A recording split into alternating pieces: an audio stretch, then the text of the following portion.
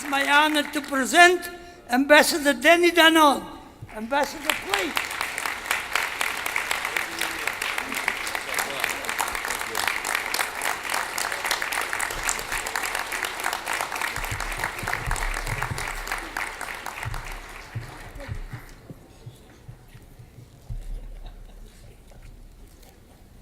שלום. הנה מה טוב ומה נעים, שבט אחים גם יחד. Eugene, coming from the UN, I'm not used to such an introduction. Thank you very much. Ladies and gentlemen, good evening. At the UN, and Ambassador Bolton can assure you that when we see a room full of people coming to speak about Israel or the Jewish communities in Judea and Samaria, it is a bad sign. But tonight it is exactly the opposite. We are here to celebrate the Jewish communities in Bethel. Ladies and gentlemen, I want first of all to tell Eugene that we are proud of you. We are proud of your energy. Living, yes, he deserves that.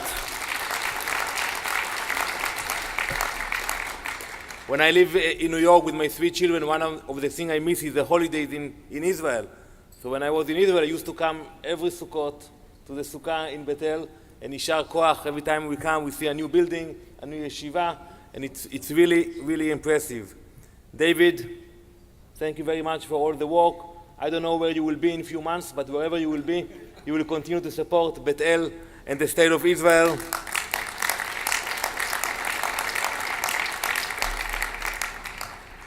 Ketzaleh, my dear friend, I know from my colleagues in the Knesset that they miss you in the parliament, but you're doing a great job supporting our beloved country. We have with us people from Arutz 7. I don't know about you, but when I wake up every morning, the first thing I do, I open Arutz 7. So I want to thank my friends, Dudu Saada, who is in charge of the publication in Israel, Uzi Baruch, who is in charge of the website, and the great team, Yoni, Kobi, all the great team of Arutz 7. Thank you very much. Ambassador Bolton, maybe you want to come back to the UN. We are thankful for everything that you do on behalf of the U.S.-Israel relationship. I know that standing for Israel it's not easy, and we especially appreciate everything you did and will continue to do to strengthen the bond between Israel and the U.S. I want to recognize the honorees, my good friends, Nira and Ken. Thank you for everything you do for Bethel and so many other organizations. Mark and Alan, you are truly Shomrei Israel. I want to acknowledge the young leadership here with us, Yael and Pinchas. It's always great to see young leaders here with us. And last and not least, my friend Larry. Where is Larry? We also acknowledge your contribution and your writings on behalf of Israel.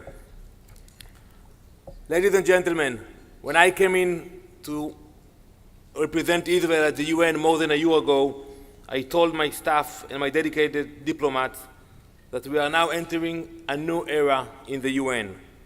I told them that from now on, we will stand up and we will fight any lie about Israel. And that's what we do at the UN.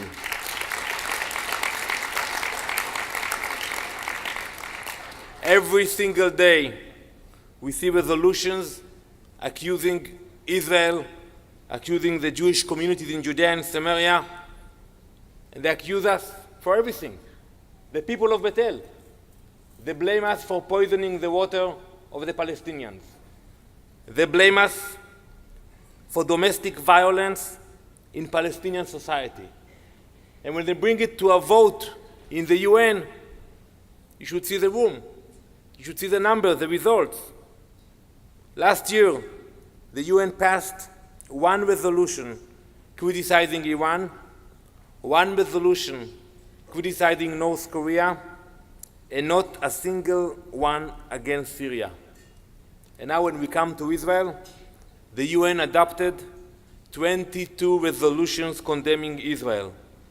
22 resolutions, and compare it to all the other resolutions. And we see the atrocities in Syria every day. This is not just bias, this is a real obsession. Last month, UNESCO, the UN agency in charge of education, science, and culture, adopted a resolution that denied Jerusalem's Jewish heritage. They refused to recognize the Jewish connection to Har HaBayit, to Temple Mount, to the holiest site in our Jewish heritage, the place that Jewish people have prayed to for centuries. You should read the decision. You will see just how far our enemies are willing to go to erase any trace of the Jewish people from our homeland and from Jerusalem. But my friends, no political resolution can erase history. The truth and the facts will prevail. The land of Israel is the land of the Jewish people, and Jerusalem is and will always will be our eternal capital.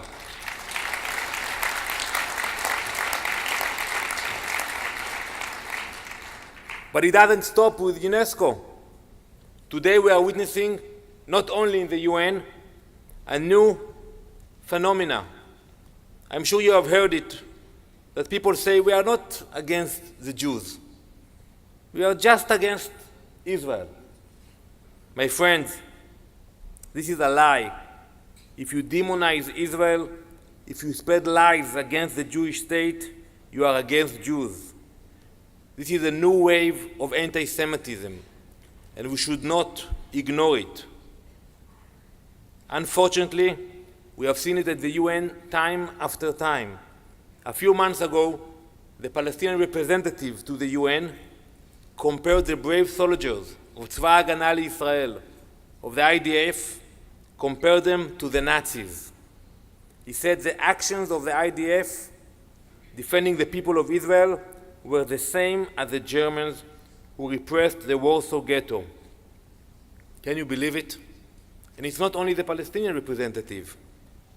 The ambassador of Venezuela, Ambassador Ramirez, he had the chutzpah, he had the nerve in the Security Council to accuse Israel of committing a final solution against the Palestinians. The minute he said it, I called my colleagues, the other ambassadors, the Secretary General, and we demanded that he will apologize. He took some phone calls, and eventually he called me. He called me at my house late at night, and he started the conversation by saying, Ambassador Danon, I usually don't speak with Israelis, but I need to call you to apologize.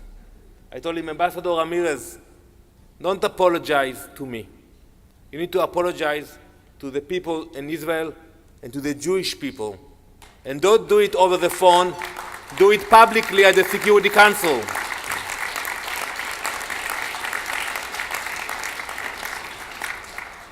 And after a few days, he did. Last March, the UN's Human Rights Council announced that it is creating a database, a blacklist of Israeli businesses in Judea and Samaria, in Jerusalem and the Golan Heights. Who would have imagined that 70 years after the Holocaust, the UN would create lists to boycott Jewish companies? This is exactly the kind of hatred that the UN was founded to eradicate. And now, in the coming weeks, we will be fighting against this database of hate. They want to boycott the halva from Barkan, the olive oil from Shiloh, and from Beit El, the wine, the tefillin from Beit El. We will not let them boycott the products of Eretz Israel. We will buy more products of Eretz Israel. And I encourage you to fight this new wave of boycott and divestment.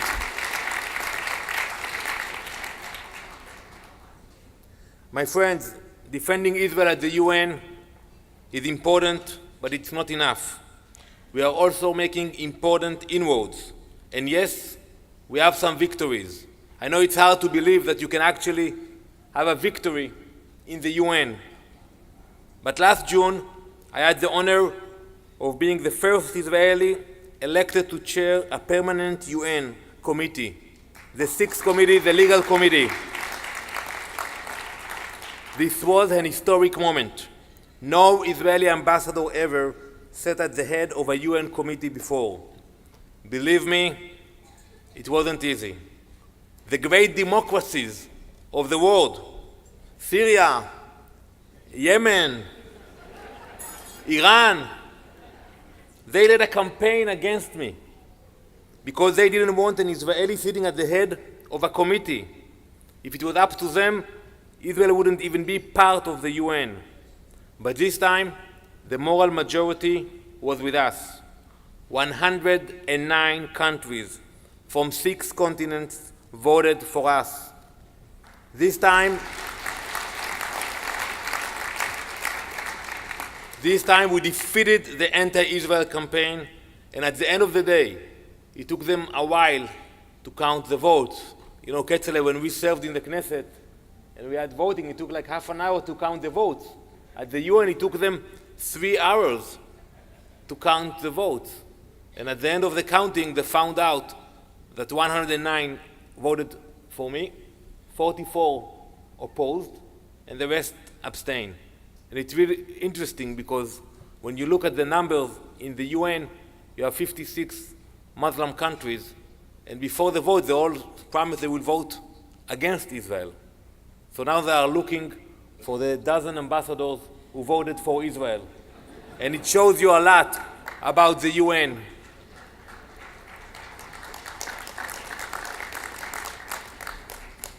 We are also teaching the representatives about the true Israel that we all love here. And I bring my values into the UN. The first time I addressed the Security Council as the Israeli ambassador, I did something a little unusual. I put my kippah on my head and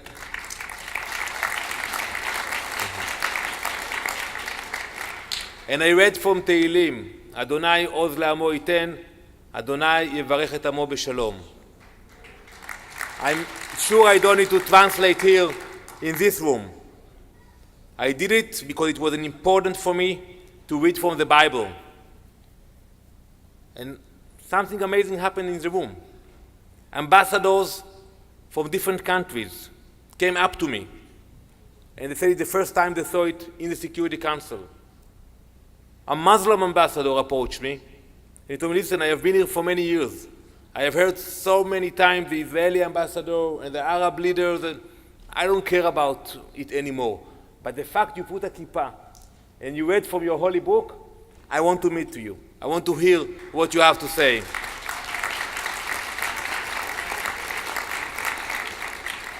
Last Pesach, we held a seder inside the UN. We had 40 ambassadors sitting for 3 hours. I cannot have my kids to sit for 3 hours in Leil Seder. And they enjoyed it, and they learned from it. I don't know, Joe, if you were there for the Seder. No? But you know, it shows that when we show the real Israel, people respect it.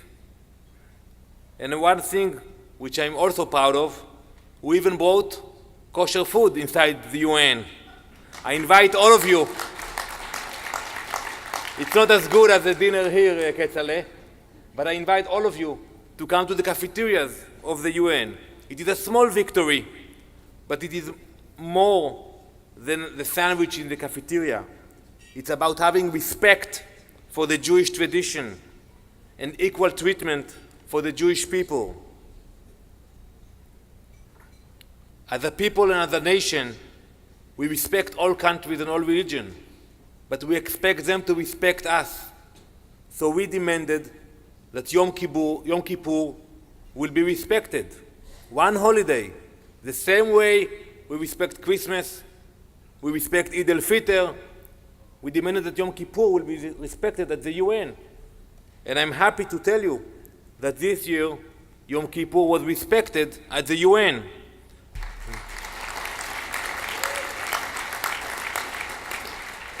And you know what? I think it is very good that there will be one day for the people in the UN to repent, to do tshuva.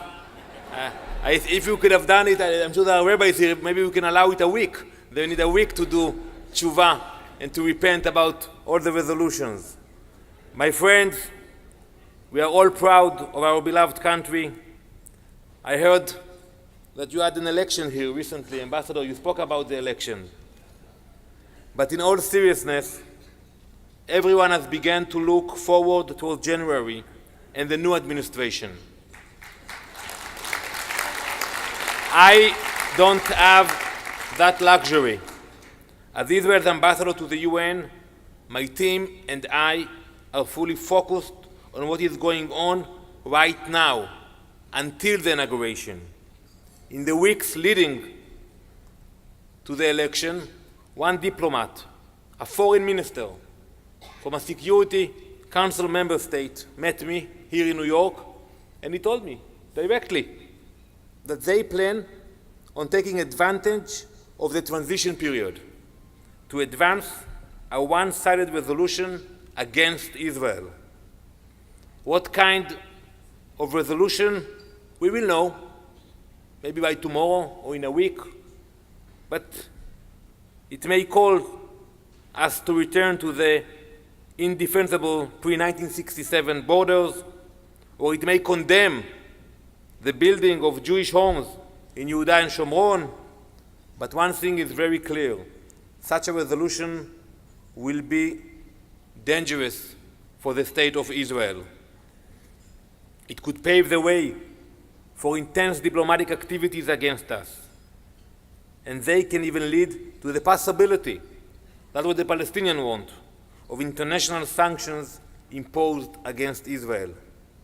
Every day we explain to our friends at the UN, and even to those who are not our friends, that such initiatives will not only endanger Israel's security, but they will do nothing to better the lives of a single Palestinian. Let me be clear on it. We work very closely with the US mission. Every single day at the UN, we talk.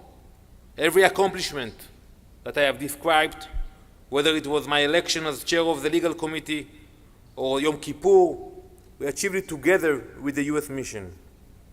Most importantly, the US has stood by our side and fought against some of the most anti-Israel initiatives that our enemies try to put on the floor of the Security Council, even vetoing a biased and one-sided resolution in the Security Council in 2011. And we hope this American support will continue until January 20th and beyond. We know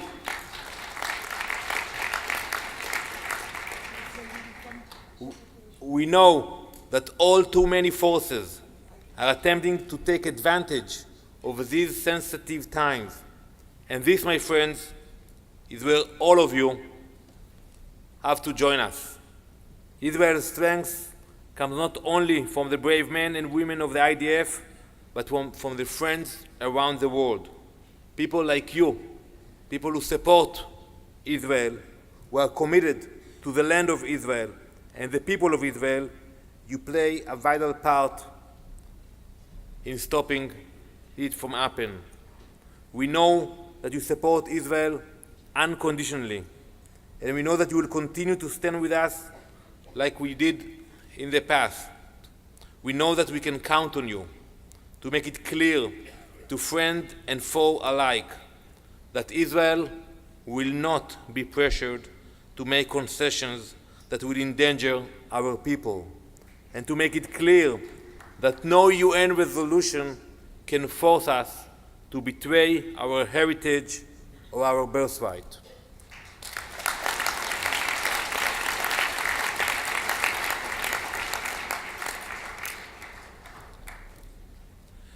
We all know that nothing builds a love for Israel like a visit to the Holy Land.